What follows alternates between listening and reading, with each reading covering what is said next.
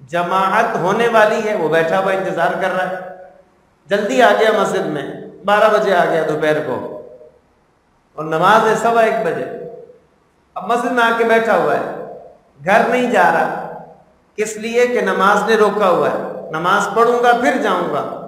اب جب تک وہاں بیٹھا ہوا ہے نماز کے انتظار میں، اس کو ثواب ملتا رہے گا، اس کے لیے فرشتے دعائیں کرتے رہیں گے، اللہ اکبر۔ اور خالص نماز اسے روک دے۔ بعض لوگ ہوتے ہیں جیسے مسجد میں آئے عصر کی نماز پڑھنے، اب وہ سوچتے ہیں جو چلو مغرب پڑھ کے جائیں گے، کام ہے نہیں، گھر کا بھی کام کاج ہو چکا ہے، سارے کام کر لیے، کوئی ذمہ داری نہیں ہے، آفس نہیں ہے، جاب نہیں ہے، بس ایک ہی کام ہے کہ اب مسجد میں نماز پڑھنی ہے۔ اب مغرب تک بندہ رکا ہوا ہے کہ مغرب پڑھوں گا پھر جاؤں گا، یا مغرب پڑھ کے بیٹھ گیا عشاء پڑھ کے جاؤں گا، تو جب تک مسجد میں بیٹھا رہے گا اس پر فرشتے رحمت نازل کرتے رہیں گے اور اس کے لیے رحمت و مغفرت کی دعائیں کرتے رہیں گے۔ آج ہم لوگوں سے ملتے ہیں، کسی نیک آدمی سے ملے، بزرگ سے ملے، حضرت دعاؤں میں یاد رکھیے گا، حضرت دعا کیجئے گا، کسی بزرگ کے پاس جاتے ہیں حضرت دعا کیجئے گا، مرشد کے پاس جاتے ہیں دعا کیجئے گا، صوفی کے پاس جاتے ہیں دعا کیجئے گا، کسی بھی بزرگ کے پاس جا کر دعا کا کہتے ہیں۔ اب وہ کم ہو گیا ہے، اب یہ بات بھی کم ہو گئی، اب تو کسی بزرگ سے ملتے ہیں حضرت سیلفی، کیا سیلفی۔ وہ ایک مقرر ہیں، وہ بتانے لگے کہ میں ایئرپورٹ پہ تھا، واش روم جانے لگا، واش روم کے باہر بندہ آ گیا، وہیں پر ہی حضرت ایک سیلفی۔ اب وہ حضرت نے مذاق میں کہا کہ بھائی یہاں کیوں سیلفی، اندر آ کے بنا لو۔ تو یہ اتنا کریز ہو گیا ہے سیلفی کا، اب یہ بھی تھوڑا بہت کم ہو گیا ہے، ظاہر ہے نشہ کب تک چلے گا، یہ انسان ایک وقت آتا ہے شوق بدل جاتے ہیں، ذوق بدل جاتا ہے، ترجیحات بدل جاتی ہیں، ذمہ داریاں بدل جاتی ہیں، کب تک سیلفیاں بناتا رہے گا۔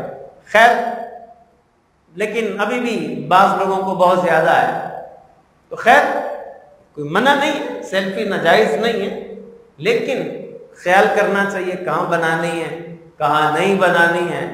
اور بزرگ سے ملیں تو دعا کا کہنا ہے۔ آپ غور کریں کہ ہم بزرگوں سے ملتے ہیں تو دعا کا کہتے ہیں، اب یہ کون سے بزرگ ہیں؟ فرشتے جو اللہ کی معصوم مخلوق ہیں، معصوم ہیں، گناہ کر ہی نہیں سکتے۔ مسجد میں نماز کے بعد بیٹھنے والے کے لیے مغفرت کی، بخشش کی، رحمت کی دعائیں اللہ کے معصوم فرشتے اس کے لیے کرتے ہیں۔ کتنا خوش نصیب ہے وہ بندہ، سبحان اللہ۔ اب وہ جو میں نے آپ سے کہا تھا شروع میں پہلی حدیث کے درمیان کہ کون سی چیز ہے کہ جس کو کرنے سے فرشتے پھر دعا نہیں کرتے اس کے لیے، ایک تو ہم نے سن لی کہ وہ کھڑا ہو جائے اور چلا جائے، مسجد سے نکل جائے۔ دوسرا کیا ہے؟ وہ اس حدیث پاک میں ہے، نبی پاک علیہ السلام نے اس میں آخر میں یہ ارشاد فرمایا، حدیث نمبر 471 ہے، حتی ینصرفا، یہاں تک کہ وہ واپس چلا جائے، مسجد سے چلا جائے، جہاں نماز پڑھی ہے وہاں سے نکل جائے، او یحدث، یا پھر کوئی حدث واقع کرے۔ تو جب راوی نے حدیث بیان کی تو شاگرد نے سوال کیا کہ حدث کیا ہے، کہ کون سی چیز جو وضو کو توڑ دے وہ کرے گا، یعنی جان بوجھ کے کرے۔ تو انہوں نے جواب دیا، اب یہ سوال کرنے والے کسی نے شخص نے کیا اور نبی پاک علیہ السلام ہی سے سوال کیا، اور آقا کریم علیہ السلام نے فرمایا یفسو او ید ریتو، نبی پاک علیہ السلام نے فرمایا کہ وہ آواز کے ساتھ یا بغیر آواز کے ہوا خارج کر دے، یعنی جان بوجھ کے اپنا وضو توڑ دے، اب فرشتے اس کے لیے دعا کرنا موقوف کر دیتے ہیں۔ تو اس وقت تک اس کے لیے دعا ہوتی ہے جب تک یا تو جان بوجھ کے اپنا وضو ختم نہ کر دے، یا پھر وہ جب تک مسجد سے چلا نہ جائے اس وقت تک فرشتے اس کے لیے مغفرت کی دعا کرتے رہتے ہیں۔ اچھا، ایک اور مسئلہ ہے، کبھی کوئی بندہ آ جاتا ہے مسجد میں ڈھونڈ رہا ہے، ارے بھائی میرا سامان گم ہو گیا، میری فلاں چیز گم ہو گئی، مسجد میں لوگوں سے کہتا پھر رہا ہے، یہ منع ہے۔